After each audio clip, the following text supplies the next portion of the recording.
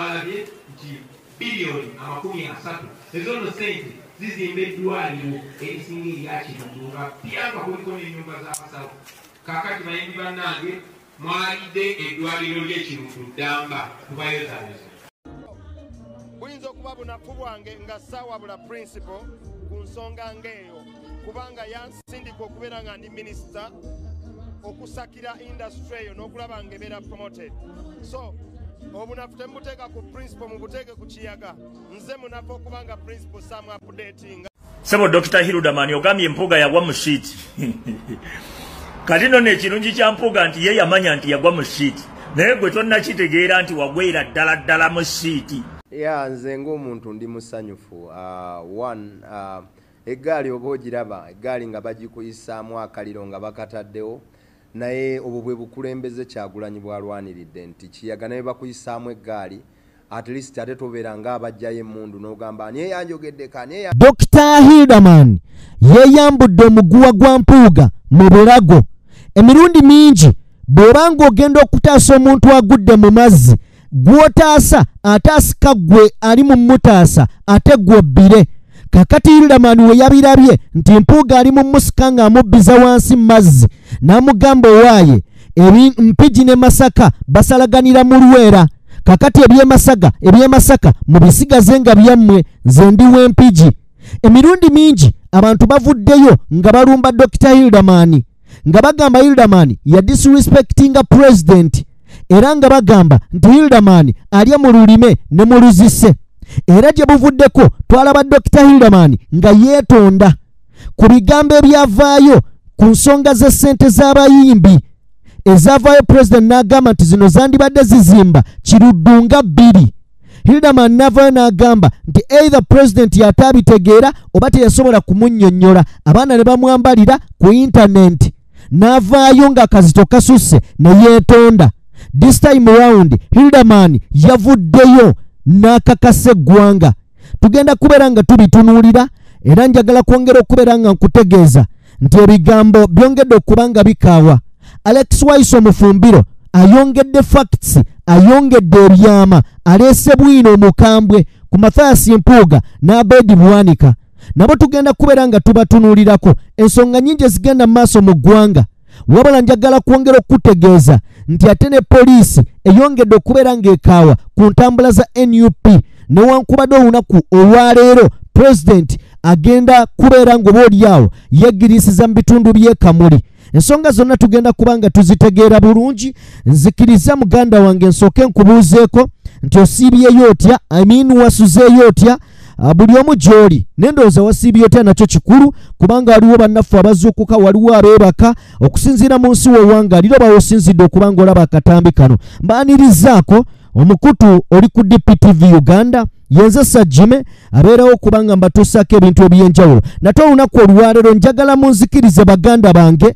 Olunaku olwajjo embeera ng'eyabadde twalabye abavubuka ab'emu bitundu by'e Kamuli ne Teso sub-region nga bagamba nti president tebagenda kumukkiriza kubeera ng'ayingira Kamuli nga yakifere yabulabayi yakubita eno neere kukukuta titujajiikiriza mu kitundu eky'ekamuli. President ni top leader wa party otambule oide mu Kamuli ng'obukulembeze tibwidi titusobola kuyikiriza bunoomi nkuleno. Kati ate oyogerako kyaki ky'otaidi ogambye nti nno tokiidi ate okyogerako ng'akiidi.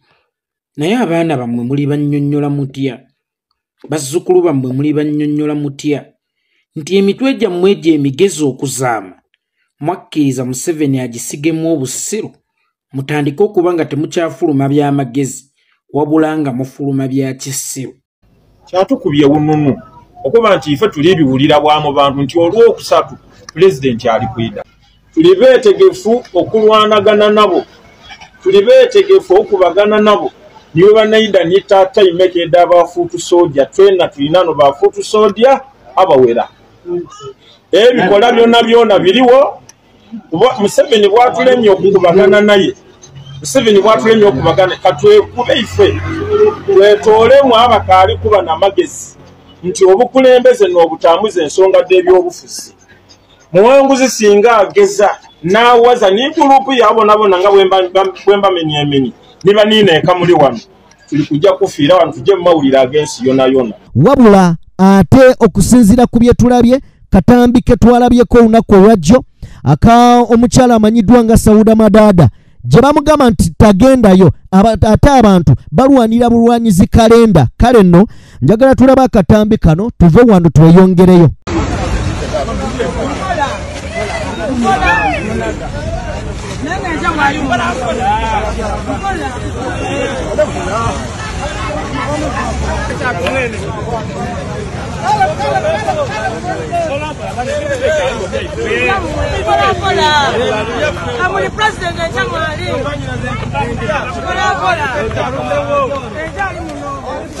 Okay, bwe tuba nga tuvuddeko mu katambi ako njagala kubeera nga ntandika bwe nti Alex Waiswa Mufumbiro ayina obubaka wano, ndowooza nabo tubugjewo lumu tusobole okuba nga tweyongerayo. Nja kusaba malayo akatambi kano bingi bye tugenda okutegeera n'okuwulira muko, then kusaba muganda wange kawulirize katuve mu bubaka bwa Alex Waiswa Mufumbiro. Basa jenesiga namwitereke y'amabyange baginzirako bagitwara bamiliyoni 5 w'ebiti kaze yandibateye mpuga yandibadde mupyomulala gwe tutalabangako gwe tutamanyi wadde n'akamu naye gwe mpuga gwe twali tumanyi obweso kirabika ekintu ekyo kyakulu ekinnuma mu byonna yatunda ki bijambiya by'e Masaka ekinnuma baali bamugambye atuge pulezidenti tiwamusanga muzikiriza yekka kati nzirawo nendowooza nti oba kiri ekiro kye twamuleka ng'ali naye kuba baali bamugambye nti amukubekayo nno nonye ekinsusa nga seebase bwe yali atunda negotiations yatunda ki namufe mu bigo ebirala byonna yakituukiriza kati wakizuula kyekinyuma nakati sikizuula nga ba MOP bana baakwatibwa ku bijambiya by'e Masaka nomwali okukola obulungi kinsumbuwa nti yatunda ki kubanga teziyinza kuba bugezi ssente kuba buli mwezi yali okusinziira ku ssente webazikozesa yali atwala miliyoni nga 13 kitegeeza nti omwaka yali asobola okukoza biliyoni 1.3 kyandibadde kizibu nnyo okuba nti agenda ku bitaano byokka naye zizaawamu baali bamugambye atuge pulezidenti baali bamugamba kizaali zijjangaza kyekisalize naye bwengolokoka ninga nti obaluli ekiro lwetwamuleka ne pulezidenti nga pulezidenti agamba kayogere ne depute we baali bamugambye amutege engwala kinsumbuwa. Okay, oyo ye Alex Waiswa Mufumbiro kinajjukirwa nti gye buvuddeko mu lumbe olwa munnayuganda eyafa gye buvuddeko mu ggwanga erya Bungereza Pascal omukulu Abedi Bwanika yasinziira mu lumbe olwo n'alumba President Robert Kyagulanyi Ssentamu n'alumba ne Alex Waiswa Mufumbiro mu nnumba etaamuweesa kitiibwa mu nnumba oba oliawo yayongera okulaga nti ate akabinja k'e Masaka kano kajjudde okubeera nga tekalowooza era tekategeera okusinziira ku bigambo ebyakozesebwa Abedi Bwanika nga tawadde kitiibwa yadde bafiirwa n'omukulu eyali amutuma Mpuuga era kyayongera okulaga nti Mpuuga bulijjo yatuma Abedi Bwanika abantu ne baweeyinga amagezi ne bagamba aye entegeera y'abano ya kiwundo kiraba kyesuulise bwe kiti naye Alex omukulu amanyiddwa nga Alex Waiswa Mufumbiro amaze okuba nga atuwa ebigambo ebyo mu ngeri emu twagala okutunuulira muzeeyo ono muzeeyo obusungu bungi naye bannange bukkakkane kubanga mwe muyina omupiira ensonga z'e Masaka zaali bwe ziti bwe guba nga twali mupiira eno mu NUP zaali 5-0 NUP ne Masaka zaali 5-0 kale njagala tusooke tulaba akatambi ka muzeeyi gano n'obusungu bungi abantu nga banakuba mu mutima olw'ebyobufuzi ebitambula mu nsi bizinensi ki obwayi bano babitaano bakitiibwa bitaano bebalese obuzibu mu ggwanga namuwulidde ono bitaano ng'alera embuka ng'atutegeeza ng'atugamba tagenda tusomeseza obufuzi bwe tunaane majja tuwalula buwaluzi nkwe bitaano gera tusomesa buli bwanguza gera tusomesa kikukulya ki twebereremu kulanga ebintu ffe tulina eggwanga tulina ennaku yaffe mu mutima kati laba Kayunga yenna bamugabana bugabanyi naye gwe olw'okubeera nti bitaano mulimu mwaddamu tekubba bubbi buli nseneza muwa musolo ebitaano bugowa byekolera bakugamba kulunguzoga bugera tusomeza bukuli enguzi tubira ebitaano byewafuna waba ogende wa mukama wo bakwongera ebitaano mugende omuli abo ogende obeegiwo ogenda kuwalulaani kulya nti ogenda kutuwalula ogenda tusomesa ogenda kutusomesa engeri tetunalyagamu ebitaano ebyo byabba mu palamenti bakugamba ku buli bwenguzi bwekaniikirizi tetujja kukkiriza bye bitaano sebo w'ekitiibwa bitaano tukukakasa ne mu masaka sebo oyinza n'obutadda nga bwe nawule kale okay akeka katambi njagala atuwulire obubaka buno buva eri General Yoweri Kaguta Museveni. Njagala tusooke tufune obubaka buno then nzije nkuddizeeko obubaka obukulu Kamala.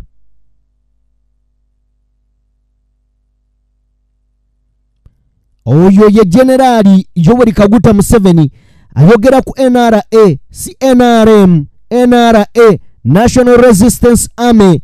Jali mu kwogerako njagala kubeera nga nkuwa akatambi kano. Akatambi kano kakoleddwa Robert Kyagulanyi Ssentamu. Era obubaka obukalimu bwe njagala tuwulirize n'obwegendereza. Tubuwulirize era tubutwale. Tubuggyemu tubuteeke mu mitwe gyaffe. Njagala tufune akatambi kano tukawulirize message nkulu obwenkaniddaawo. Must fight to free ourselves. We are fighting to dismantle an empire. There will be casualties, there will be defections, there will be people giving up, there will be sellouts, there will be betrayals. You will be with someone in the morning and by evening the person is speaking a completely different language. All this should be expected. But like the scriptures say, those who persevere until the end will be saved. What gives me comfort is the knowledge that those who sell out were never meant for the struggle. Those who choose today's bread over their country's future were never meant for the struggle. Those who choose personal comfort over the suffering of mothers and children were never meant for the struggle. Those who will drive new cars over the graves of murdered comrades, vehicles donated by the regime in appreciation for selling out, they were never meant for the struggle. The struggle, however, shall be won. It shall be won by those ordinary women and men of Uganda who understand that good has always and will always win evil. We shall win in the end because the people of Uganda are on our side. We shall win because history is on our side. We shall win because the law is on our side. And yes, we shall win because God is on our side. Okay, awo njagala tuwummuzeewo ebbali era twebaza obubaka obwo okubanga busobodde okubeera nga buvuddeyo. Mpuliriza tugenze mu nsonga za Dr. Hilderman.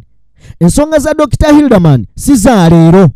Dr. Hilderman njagala kutegeeza nti gye buvuddeko waliwo ekiwandiiko kye nnali nkusomera wano nga bagamba nti Dr. Hilderman yali amaze okubeera ng'afuna ssente ezikunukkiriza mu bukadde 3 era nga bagamba nti zino ssente oba olyawo zamuweebwa Speaker Anita Amongi agende mu ggwanga erya China, ndowooza yali China, either China oba India, awummulemu. Era obukadde buno 3 nti zaali zimuweereddwa okusinziira ku Speaker nga bagamba nti omukulu ono yapepeyanga n'akabinja oba gurupu ya Mathias Mpuuga. Of course omukulu gy'ateegaana Hilderman tagyegaana, naye nga bagamba yapepeyanga nabo. Wabula oluvannyuma lw'okufunamu okwogerezeganya ne Robert Kyagulanyi Ssentamu mu mboozi ey'akafubo bombiriri, Hilderman yakyusa ebirowoozo bye n'amanya nti bano bandibeera nga bamutwala mu kkubo kyamu, n'atandika okubeera nga takyagenda mu ntuula z'abakulu bano. Kitegeeza abakulu bano babadde nga ne meeting ez'omunda okulwanyisa ekibiina. Era tetugenda kubuusabuusa nti Speaker Anita Amongi n'omukulu Mathias Mpuuga, Speaker Anita Amongi ku lugendo lwaliko olw'okubeera nga agula ababaka abagenda okubeera nga ye bamuteekateeka mu 231 wano mu Buganda akozesa Mpuuga. Oba okitegeera kakati Dr. Hilderman ono bw'amala ssente ezo bwe zimala okugamba nti zamuweebwa tetunnaba kuzuula nkyamu oba si nkyamu.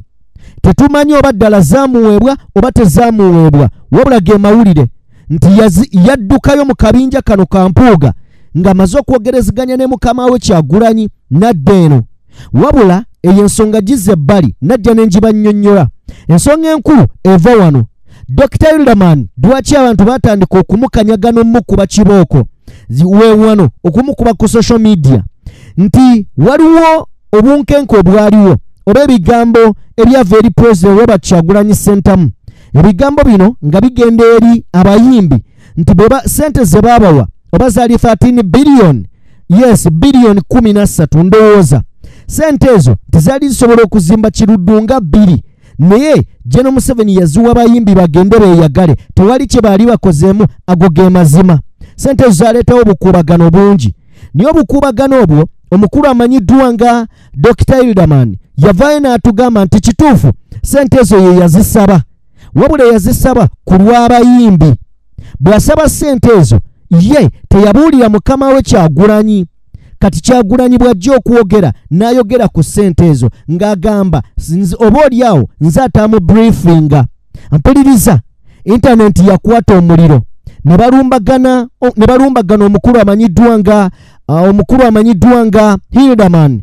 Nendowooza akatambi kano bwe mba nga nkalina munzikirize nkabawe, bwe kagaana tujja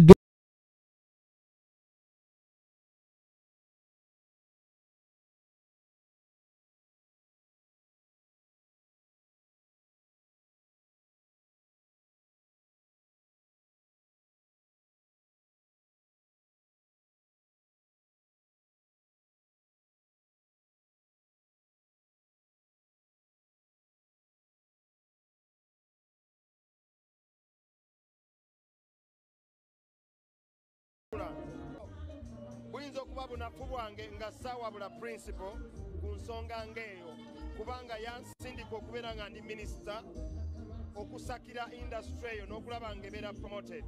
So obunafu temubuteeka ku principal, mubuteeke ku kiyaga. Nze munafu okubanga principal samu updatinga nti eno ensonga mbadde ngisaba gavumenti. Dr. Hilderman amala okwogera ebigambo ebyo ku president, abantu ne bamulumba. Bwe balumba Hilderman omuliro gwamusukkako obungi. Bwe gumusukkako obungi Hilderman ono n'avaayo n'akola akatambi era ne yeetondera buli ssekinnoomu era n'atugamba nti abaana bakuyisaamu eggaali ne nagiraba ng'ejja. Nze ndowooza ne kano nako tukalaba akatambi kano. Njagala okukulukira emboozi eno wagyeva oba oliawo n'okutandika okubeera nga bamukuba enkokola n'omuyisaamu eggaali ku internet. Katooke tulabe bino. Nze ng'omuntu ndi musanyufu. Eggaali oba ogiraba eggaali nga bagikuyisaamu akaliro nga bakataddewo, naye obwo bwe bukulembeze Kyagulanyi bwalwaniridde nti kiyaga naye bakuyisaamu eggaali at least ate tobeera ng'abajjayo emmundu n'ogamba ani eyanjogeddeko ani eyanjogeddeko. We take it importantly. Kibeera kitegeeza nti abantu bagoberera, abantu bali alert, ate kitwayagala buli omu abeere nga ali concerned about ongoing ensi ye. However, njagala okuclarify nga bangi tebantegeera. Ensonga gye nayogerako saalinya ku ngato ya president oba saa contradicting na president. Wabula nga president bw'abadde frustrated, nammwe mwenna mmanyi mubadde frustrated nti sente nyingi tuziyisa ne zitakola purpose. Sinti temwagala industry eveweeri, sinti president ayagala industry ebeere invested in, naye misappropriation and misallocation of resources and misuse of resources zirese frustrations. Ng'abantu balina example ng'eddwaliro ly'Erubowa ne tuwaayo obutitimbe oyitawo ogenda Entebbe nga tewali wadde kizimbe kyavudde kusukka kibaati. Tuyisa loans wano ne tugamba nti amasannyalaze gatambule gagende paka Mawokota, ogenda okulaba nga loan eri channeled. Ne tuyisa enguudo ne bakugamba ffe tusinga enguudo ez'ebbeeyi. So byonna bireeta frustrations. However, twagala bwe tuba nga tukoze omulimu ng'ababaka wano nga nze naddala Minister wa Arts n'ensakira industry ng'eyo okumakinga sure nti sente zikola ekituufu. For example, tulina policy nga copyright etutawaanya nti copyright teri implemented. This time bwe tugiyise egenda kubeera implemented etya nti for example abakozi ba copyright babadde babiri bokka ku desk, can we empower ne tufuna 5?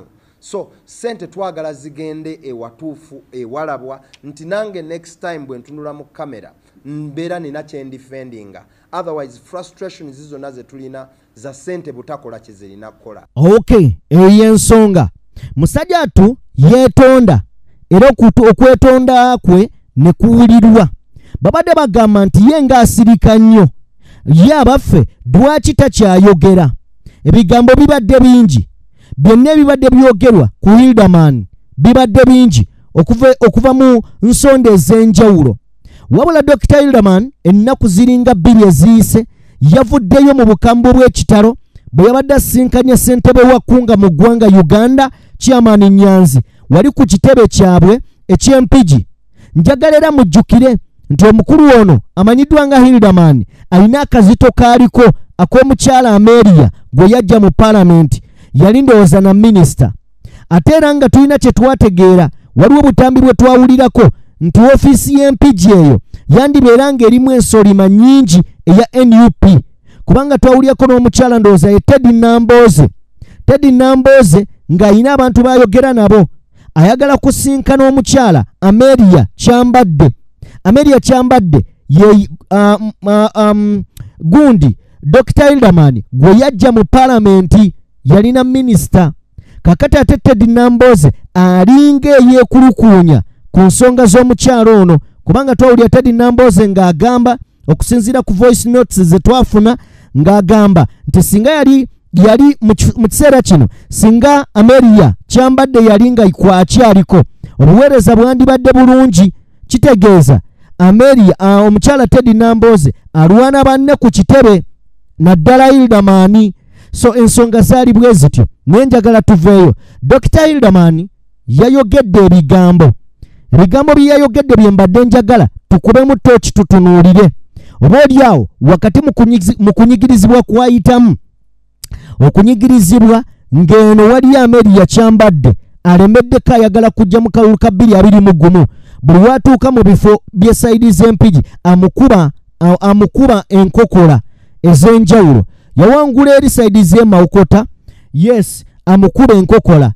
Amelia Kyambadde alemezaamu omukulu nti ate abadde yeekulukuunya ku Mathias Mpuuga. Yagenza okulaba Mpuuga ekyombo kibbira n'agamba ze sigenda kubbira nammwe kye kikafuuwe, kanzireyo eri eka neetonde ewa kitaffe. Oba oliawo nsonyiibwe gwe oba wagana okwetonda, genda gasiya genda.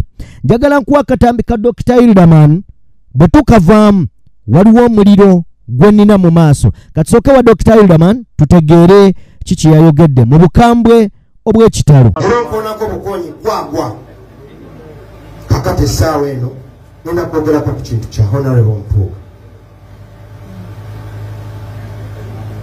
Muli wano mwenna tubadde mu Parliament nga Leader of Opposition akubiriza olukiiko olwa Shadow Cabinet ye mukama wange Mathias Mpuuga, era nga bajja okulambula empiki n'okubeerawo okuba nze muleese wa empiki. Kati yagwa mu shit yagwaki mumbi kyekikulowoozesa nti olw'okuba mukwano gwange oba omuntu oyo mbadde mumanyi nti ebizibu bye yafuna ate nze nabifuna. Gwani atasengedde kutegeera nti ebizibu byoli bibye n'ekiyaga muki mulala. Bakutaddeko ku lisiti nga bakugamba kiyaga kamishona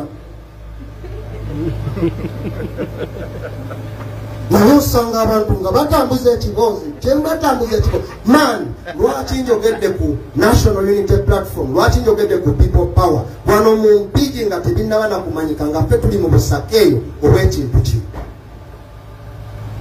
Sasobola kutema muti gwenkola ki bwentudde kale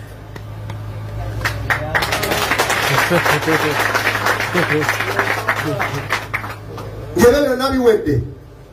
Abalala bakoma ku linnya limu oba abiri principal, abalala bakoma ku linnya limu president, abalala bakoma ku linnya limu Bobi. Ebyakyagulanyi bakatandika n'oddikola ki? Naye nze emyaka 2 nga mmanyi ye mitembo. Myaka ameka?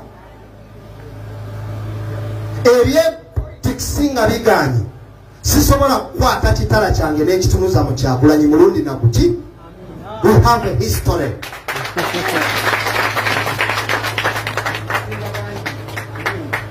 We have a what? A history. Lwekyo wabeerawo aba propaganda mwena banange temuswala ono family friend wange ono blood wange ne politics nga aweddeyo ngenda mu fridge abeera akyali mu kalinanze nga ni mu fridge blood kyekiri mu fridge eno ono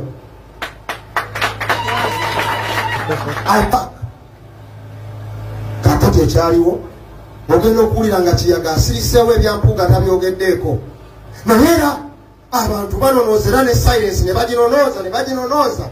Please, we have respect for each other. Let us respect each other.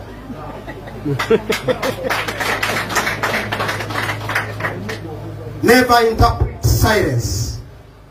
Taata wo bw'akulaba ng'obadde okwata mu mba n'atagamba kutolooza nti teyakulabye naye yagambye nabo bakinakiddamu leero kitemeke muteme. So ffe tukoma wali mu Lwera sijja kwetaba mu ntalo zivaawo zeeyongerawa pakisi bwe meeting a chairman ono bw'anaabeera open bwe meeting twabyogera bwewempigi tomanyi nti ekibiina kyange kibadde kintunuulira even mu mbeera eyo okubeerawo ng'omutabaganya w'enjuyi zombi ezo gutambuza propaganda naye ekibiina kyange kintunuulidde nga n'ensonga ezo zitambula nsobola ozimala wonze Kiyaga because I'm Mr. Fixer Mayo. You don't know. So sekubira kadengede azanira ku kibiina kyaffe nze sikulembeza kino ekifo musobola kinzijjako naye njagenda ku secretariat nja kutuula awo okulaba nga emirimu gy'ekibiina gikola ki kubanga ebabeera baliyo by election nze bankubira abakulu wano ne baŋŋamba Kiyaga gw'oduumidde pate eyo neŋŋenda ne nnoonya mu ssente z'abaganda bange ne bagamba ne tulina by election omolo. Learn to appreciate yours. Kiyaga abaana baffe bakunkumalidde Dubai yisaamu eggaali ababaka abo batuweeyo ku ssente n'ensolo za $5,000,000 mu nga kibadde kiganye naye nga pate nzikiririzaamu wagwani uwayo. So nzize wano nazze ndi energized tusimbudde sebo nze komanda wano tusimbudde atakkirize nti tusimbudde president wange yagamba tulibalira ku bikolwa byaki. If you don't trust me, you're gonna see what I do and then you compare yourself with it. Yeah, no. Atakkiriza nti ndi komanda era neewaayo. Just a question. Ensonga yatabanguse wano empiki nga bakola hit list ne bagamba empiki tuttewo baani golooza ani asooka ku lisiti y'empiki n'ensonga y'omwana abasajja nga bagamba nga bo balaba nti nze ali mu lisiti y'okufa number 1 ate nze atasaanidde wagwan. Don't say that next time. So bino byakufa byakuwona nolwekyo tozanyira mu ssasi lyange bino byakufa byaki tozanyira mu ssasi lyange because tuli mu byakufa. Abasirikale baabo babadde wano mulooza tulina omusango naye era bwe batebagire kugira okutonda Kakiyaga no bakakubye naye ng'ate koddeeyo odongwa. We're here for life. Sebo kosa okunyonyola abantu bino ebintu birimu okufa si byakugisaayisaamu weero. Nze njogera yange saagala kuva waggulu. Okay, oyo ye Dr. Hilderman. Ndowooza Hilderman yalokose. Omanyi abantu okulokoka simanyi bakitegeera naye okulokoka kwe kuzzibwa obujja. Bw'ova mwene eddiini n'ogenda mu ndala bakubatiza. Mu balokole bakunnyika mazzi eno mu bakatuliki bakola batya mukimbuulire. Kakati Hilderman yalokose omusana yazzeemu n'agulaba oba oliawo baali bamutadde ku kagaali buno obwekkaliye ezitaliiko na mitto nga bamukalakata bamuvuga bamuyisa wayina okukoma nga bamutwala mu nsi ensuubizi ejjudde omuliro omwereere etali yadde essanyu yadde akawewo akawooma. Kale nno ye Dr. Hilderman ng'agezaako okubeera ng'atunnyonnyola ensonga nga bwe zaali oba ensonga kwegamba nga bwe zaali amaze okuba ng'atunnyonnyola naye nga ebibye nabyo si birungi ge mazima. Njagala kubeera ng'ensonga ngiwummuza ebbali bwemanga ngiwummuza ebbali njagala kubeera nga nkutwala butereevu nnyo mu nsonga njagala kubeera nga nkutwala butereevu nnyo muganda wange mu nsonga za Alex Waiso Mufumbiro. Baganda bange ngenda kusaba eno yo giwulirize giwa amatu giwulirize. Nze Sajjima abadde mabega wa buli kimu ntambula ne Sheikh Ashraf omusomi wa dduwa ennamba y'essimu esembeyo 711 munoonyeeko gwe wenna alina ebizibu eby'enjawulo munoonyeeko asobole okubeera ng'akuyamba. Nkulekedde omukulu amanyiddwa nga Alex Waiso Mufumbiro akatambi kano akutwale okutuukira ddala wenjagala owulirize n'amatu go. Mwebale nnyo okumpuliriza mwebalire ddala. Do you think singa mwali mu handling ensonga zibadde bogera maybe differently ensonga z'obubbi tetwali tuuse ku kyetwalabye nga muli ebuddu because gwe mwennyini okkiriza a second gwe mwennyini okkiriza nti kyetwalabye it was a shame kiswaza okay tolowooza nti singa mwahandling ensonga zebamaze ebbanga nga bateeka ku mmeeza differently tetwali tuuse ku shame eyabadde ebuddu. Omubbi yajja n'akwatibwa okay ne yeetonda ne tumusonyiwa ne tumugamba genda ne mu lwatu weetonde. Bwe yatuuka eri n'akwatagana ne babbi banne ba Anita Among owulira Anita Among aliko sanctions z'obubbi kakati gwe manyi kigenda kumenya nnyo nnyo ekyo tewali yali asingisiza aliko omusango gwa sanctions kusingisa musango kati ekyo kantisomese nakyo okkiriza nkisomese mpuliriza okuteekako sanctions gwoli munnamateeka ate kati kitegeeza nti oyise mu judicial process ekusingisa omusango obutakusingisa. But anyway no don't mislead Ugandans. Ate ogambye ndi munnamateeka ekyokubiri I'm a consultant in diplomacy kati from the US Institute of Diplomacy and Linda Ko every issue we discuss here and negenda matu g'abantu tulina gidiscutinga sanctions sigenda ku kintu kirala kyonna nga simaze kino. Take my word. Sanctions wuliriza. You brought it. Let me finish it. We got something else. Though you are the moderator, we must have. Because I'm coming to the sanctions. No, you will not come. Let's finish them now and get to that other point. Sanctions are an international remedy for impunity. Okay? Sanctions bibonereza ebiweebwa ku mutindo gw'ensi yonna mu nsi erabiddwamu obwannakyemalira. Okay? Era okulaga nti gwamusinga General Yoweri Museveni yali nakasero.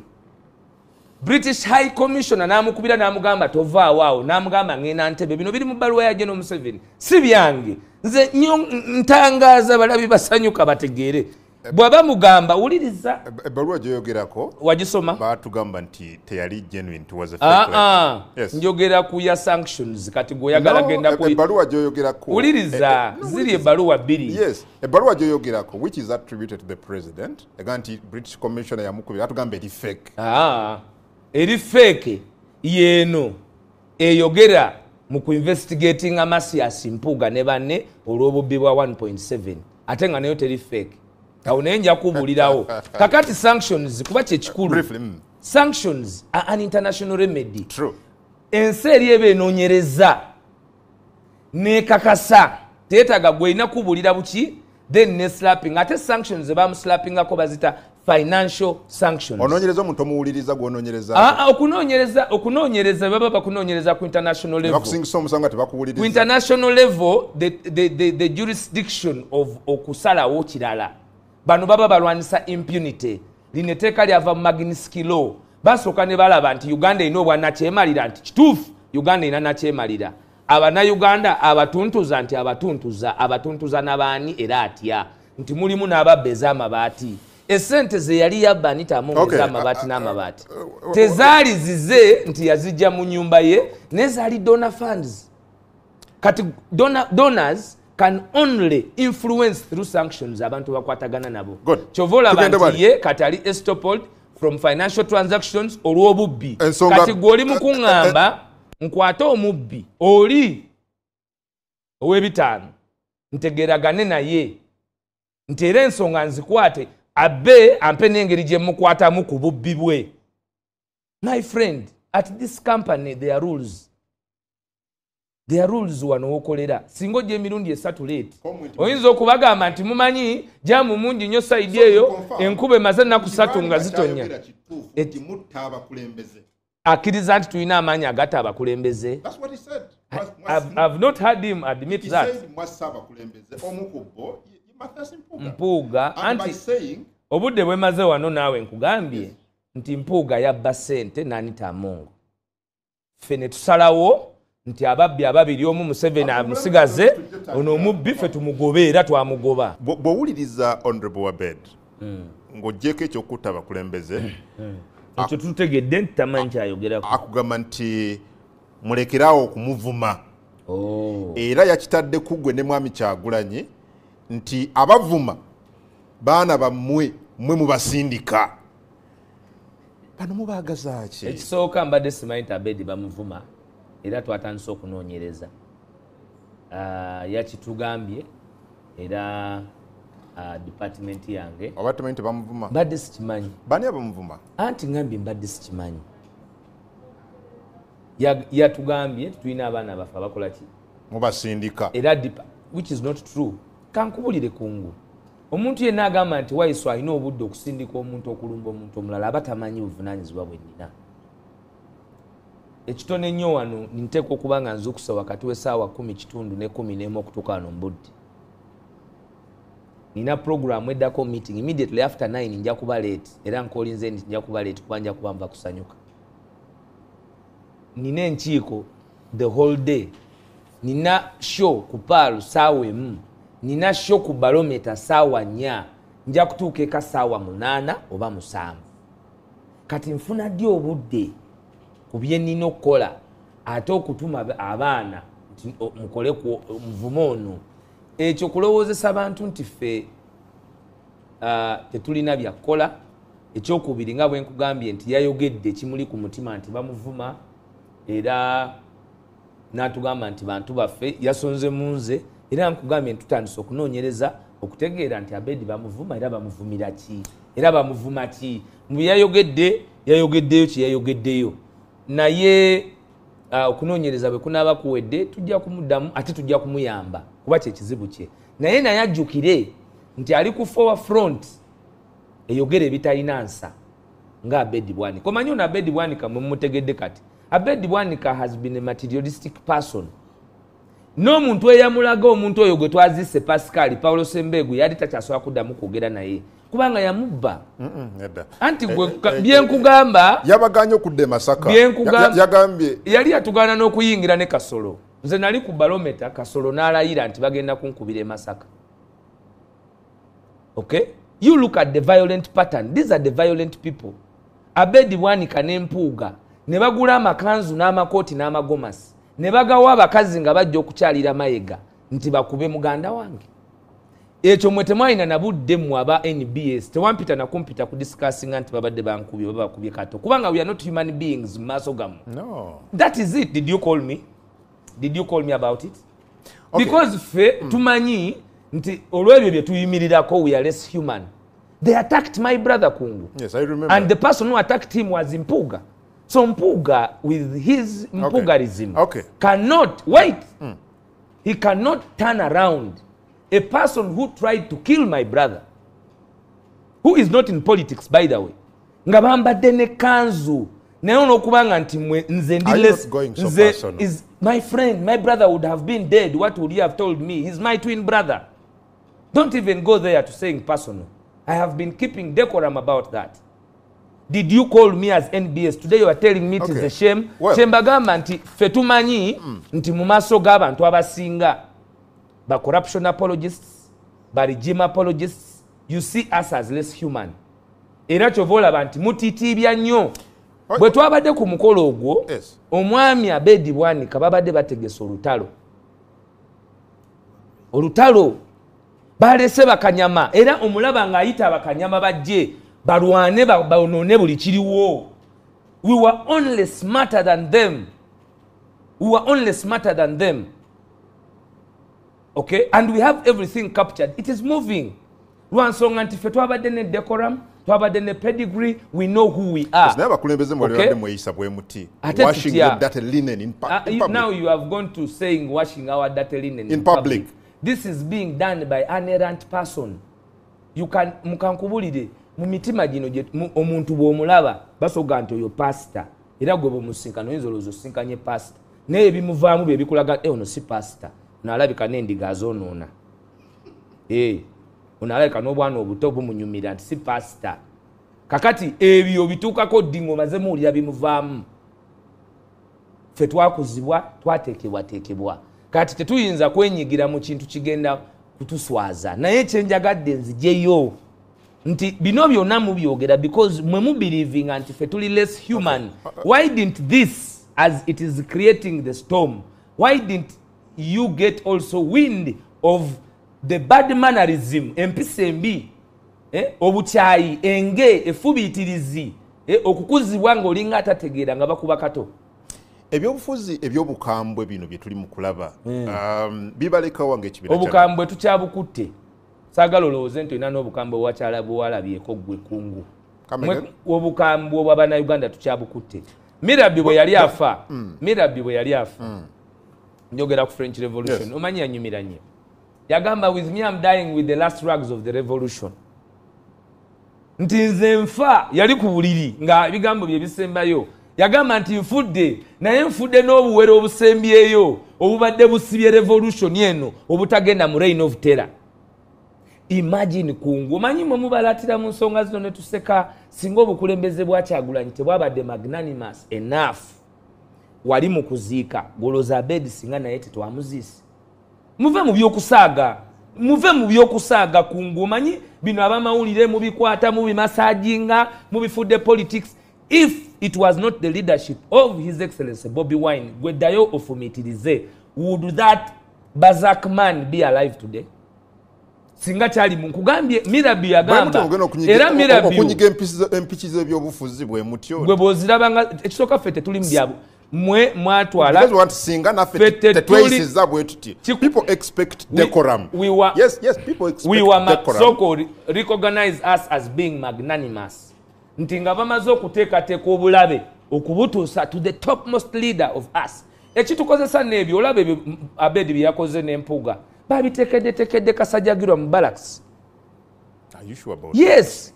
Ate era we bavuddeyo ne bagenda ne bali tweetinga mu Kabaala gye bayogeredde ebigambo gye babyogeredde banywa mwenge we boogera mu bantu tebabadde mu bbaala nga bamaze tewabalabye mu bbaala nga boogera nga oli agyemu ekooti ali dimina ye mulaga ati ali very confused. Honorable Mpuga letron yadayogera mu bbaala bantu babuulire mu bbaala. Don't eat your words. This is serious business.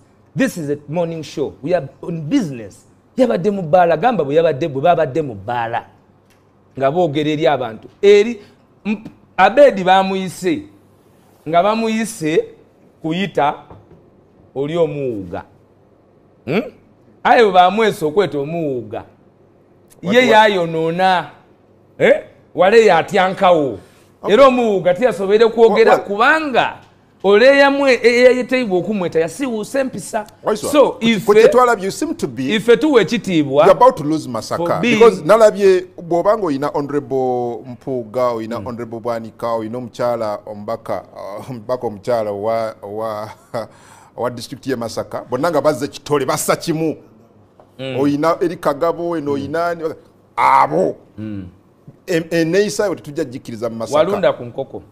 Yes. Enkoko zimanyi. Yes. Manyi enkoko ebika amagi mangi era bagatekako okwalula naye omanyi waliwo erikola ki erizize baliyita kuzira tolirekamu alijjamu. Ekyokubiri ffe mutunyigira bwereere munnange era nagambye nti Abedi obusungu yandibutadde ku Faaza Ssemwogerere kuba ye yabuulidde Father Semogerere era njagala kwebaza Father Semogerere abo busungu honorable Bwanika wuyo pastor yo obusungu pastor yatusane kulevo nagamba nti mwabali awo nsobola okubajjawo kubanga babadde balina amaanyi g'abamagye kasagajagirwa balese ba bouncer bazokolwa akavuyo kuffe naye ffe mutuwe ekitiibwa era nze president njagala mwebaza olw'obukulembeze situation was come okuzika kwakoleddwa mu kitiibwa kubanga bo bampuuga babadde baagala omukolo ogwo gutaataagane omulambo bagusuula eri ye olwagobolere Mwami Kyagulanyi ye yakola did he make these people because ekyo nakyo yakyogedde nze nakola kino nze he didn't make them because if he made them they would what not, did he do uliriza singa he made them they would not behave with this kind so of what did he behavior do? Because you ever die, you guys. The people he has yaziba wati adalimba yabadde alimba